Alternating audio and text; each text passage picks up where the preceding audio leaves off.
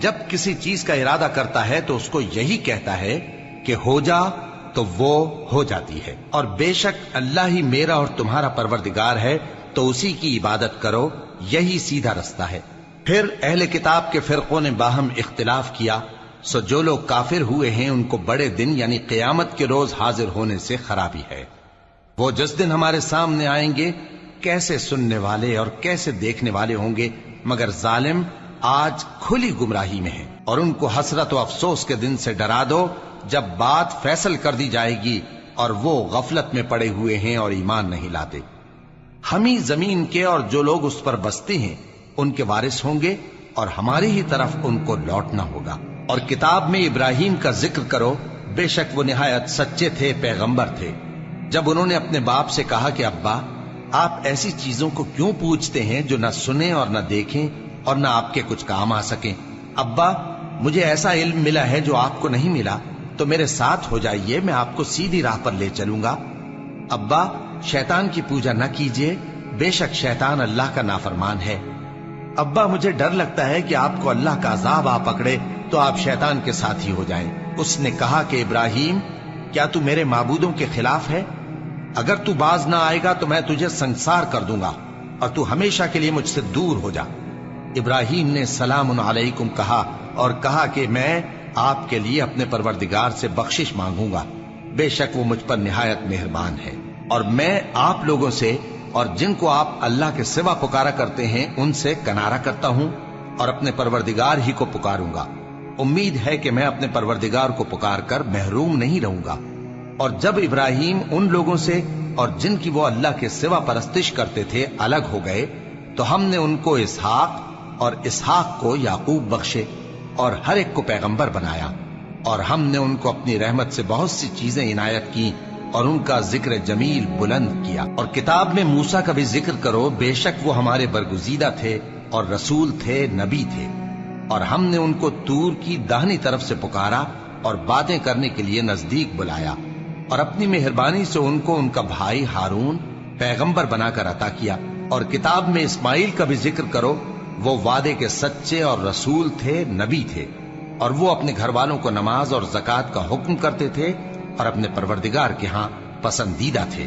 اور کتاب میں ادریس کا بھی ذکر کرو، وہ بھی نہایت سچے تھے، نبی تھے، اور ہم نے ان کو اونچی جگہ اٹھا لیا تھا۔ یہ وہ لوگ ہیں جن پر اللہ نے اپنے پیغمبروں میں سے فضل کیا، یعنی اولاد آدم میں سے، اور ان لوگوں میں سے جن کو ہم نے نوح کے ساتھ کشتی میں سوار کیا، اور ابراہیم اور یعقوب کی اولاد میں سے، اور ان لوگوں میں سے جن کو ہم نے ہدایت دی اور جنہیں برگزیدہ کیا۔ جب ان کے سامنے ہماری آیتیں پڑھی جاتی تھیں تو سجدے میں گر پڑتے اور روتے رہتے تھے۔ پھر ان کے بعد چند ناخلف ان کے جانشین ہوئے جنہوں نے نماز کو ضائع کر دیا اور خواہشات نفسانی کے پیچھے لگ گئے، سو ان قریب ان کو گمراہی کی سزا ملے گی۔ ہاں، جس نے توبہ کی اور ایمان لایا اور عمل نیک کیے تو ایسے لوگ بہشت میں داخل ہوں گے اور ان کا ذرا نقصان نہ کیا جائے گا، یعنی ہمیشہ کی بہشتوں میں جس کا اللہ نے اپنے بندوں سے وعدہ کیا ہے کہ جو ان کی آنکھوں سے پوشیدہ ہے۔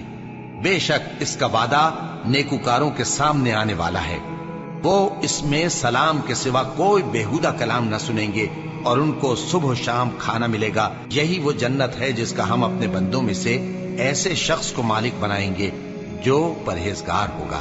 اور فرشتوں نے پیغمبر کو جواب دیا کہ ہم تمہارے پروردگار کے حکم کے سوا اتر نہیں سکتے۔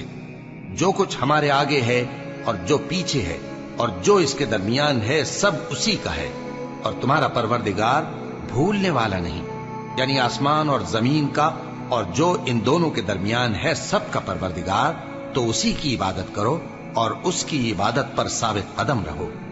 بھلا تم کوئی اس کا ہم نام جانتے ہو؟ اور کافر انسان کہتا ہے کہ جب میں مر جاؤں گا تو کیا زندہ کر کے نکالا جاؤں گا؟ کیا ایسا انسان یاد نہیں کرتا کہ ہم نے اس کو پہلے بھی تو پیدا کیا تھا جبکہ وہ کچھ بھی چیز نہ تھا؟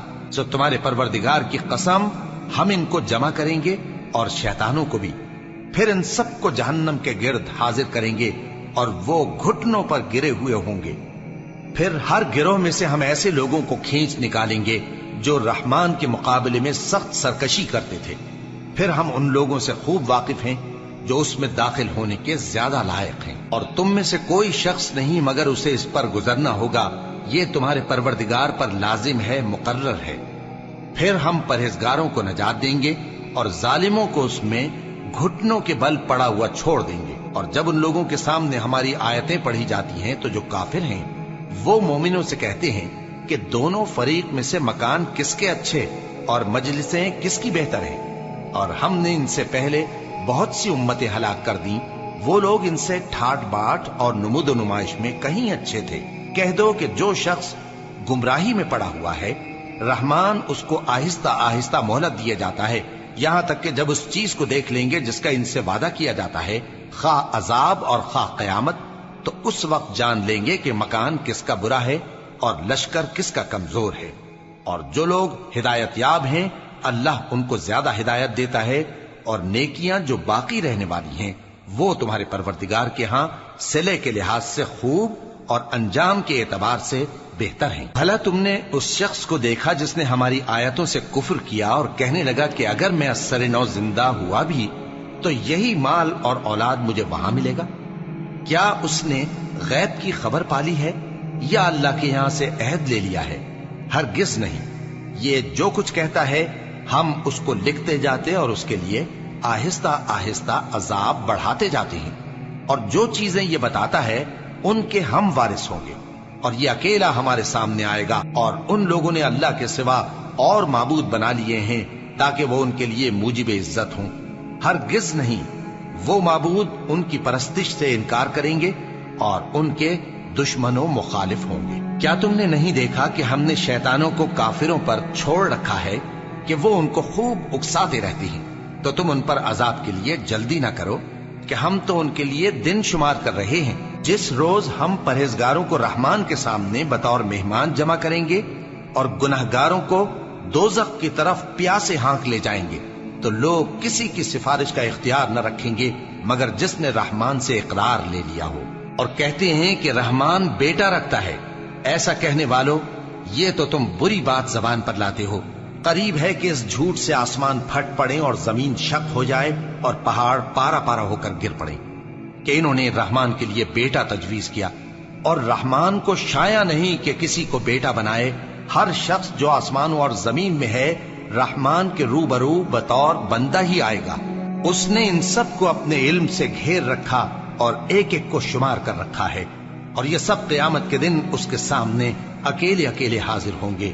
اور جو لوگ ایمان لائے اور عمل نیک کیے، رحمان ان کی محبت مخلوقات کے دل میں پیدا کر دے گا۔ اے پیغمبر صلی اللہ علیہ وآلہ وسلم، ہم نے یہ قرآن تمہاری زبان میں آسان بنا کر نازل کیا ہے تاکہ تم اس سے پرہیزگاروں کو خوشخبری پہنچا دو اور جھگڑالوؤں کو ڈر سنا دو، اور ہم نے ان سے پہلے بہت سے گروہوں کو ہلاک کر دیا ہے۔ بھلا تم ان میں سے کسی کو دیکھتے ہو یا کہیں ان کی بھنک سنتے ہو؟ ویڈیو میں بہت ساری باتیں کہی گئی ہے۔ مریم کی باتیں کہی جو عیسیٰ کی ماں تھی، تو اللہ نے انہیں کیسے نازل کروایا اور دنیا کے لیے مطلب پیغمبر بنایا، اور دوسری بہت ساری چیزیں بتائی ہے، سارے پیغمبروں کے بارے میں بتایا، اور ایک چیز بتائی کہ جو اللہ کو نہیں مانتے، جو کافر ہے، وہ شیطانوں کے سایوں میں رہتے ہیں، کہ اور کسی دن اس چیز میں سے ابھریں گے اور ریئل گاڈ کو پہچانیں گے۔ وہ ساری باتیں اچھی طریقے سے بتائی ہے۔ تو بس یہی ہے، اللہ کا نام لیجیے اور لائف ول بی پیسفل۔ تو کیسے لگی یہ ویڈیو اور ہمارا ریئیکشن آپ ضرور لائک شیئر اور کمنٹس کر کے بتا دینا۔ ملتے ہیں اگلے ویڈیو میں، تب تک کے لیے اللہ حافظ، خدا حافظ۔